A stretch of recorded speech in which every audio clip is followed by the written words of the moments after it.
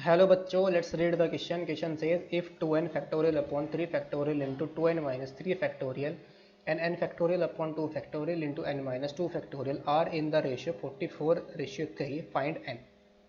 तो यहाँ पर हमें किसकी वैल्यू फाइंड आउट करनी है? n की वैल्यू फाइंड आउट करनी है. तो इस क्वेश्चन को सॉल्व करने के लिए जो की कॉन्सेप्ट हम यूज़ करेंगे, की कॉन्सेप्ट जो n फैक्टोरियल होता है उसको हम कैसे लिख सकते हैं? n into n minus 1 factorial. अगर हमें n माइनस वन कर इसको स्टॉक कर दें तो क्या आ जाएगा? n into N minus one factorial.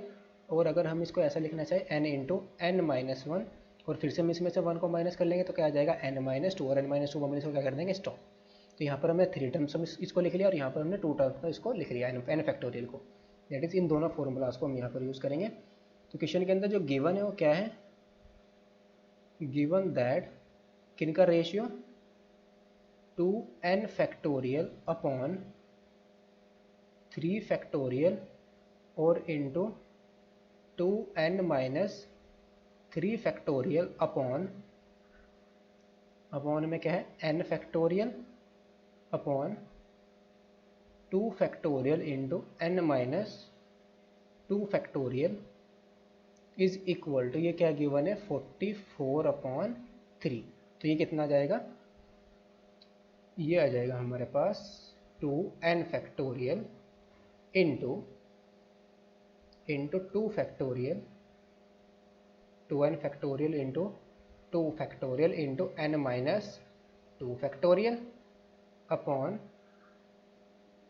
3 factorial into 2n minus 3 factorial, 2n minus 3 factorial into n factorial और इज इक्वल टू 44/3. तो यहाँ से हम इनको ब्रेक करेंगे. 2n फैक्टोरियल को हम 3 टर्म्स तक ब्रेक करेंगे तो आ जाएगा ये 2n into 2n minus one को माइनस करा, फिर हम 2 को माइनस कर लेंगे. दैट इज आ जाएगा 2n माइनस 2 और फिर हम 3 को माइनस करेंगे तो आ जाएगा 2n माइनस 3. और यहीं पर हम इसको क्या कर देंगे? स्टॉप कर देंगे. और इंटू 2 फैक्टोरियल और into n minus 2 factorial upon में क्या है?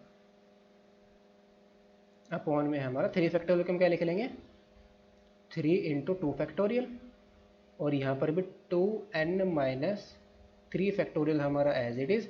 n फैक्टोरियल में कैसे लिख लेंगे? n into n minus one और इंटू n माइनस 2 फैक्टोरियल. यहीं पर हम इसको स्टॉप कर देंगे और इज इक्वल टू 44/3. तो n minus 2 factorial, n minus 2 factorial cancel out हो गया. 2 फैक्टोरियल कैंसिल आउट हो गया. 2n minus 3 factorial cancel out हो गया. n से n कैंसिल आउट हो गया और इस 3 से हमारा ये भी 3 कैंसिल आउट हो जाएगा. तो ये क्या आ जाएगा? और 2 से हम 44 को भी डिवाइड करते ही आ जाएगा हमारे पास 2 इंटू 2n माइनस वन. यहाँ से हम फिर से क्या कॉमन ले लेंगे? 2 को कॉमन ले लेंगे तो अंदर क्या बच जाएगा? n minus one upon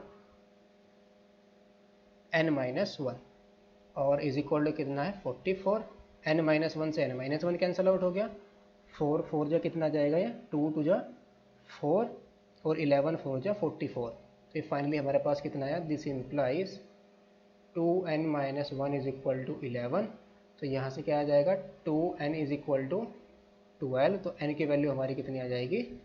6. तो फाइनल आंसर हमारा कितना आया? n is equal to 6. Hope you understood it well. Best of luck. Thank you.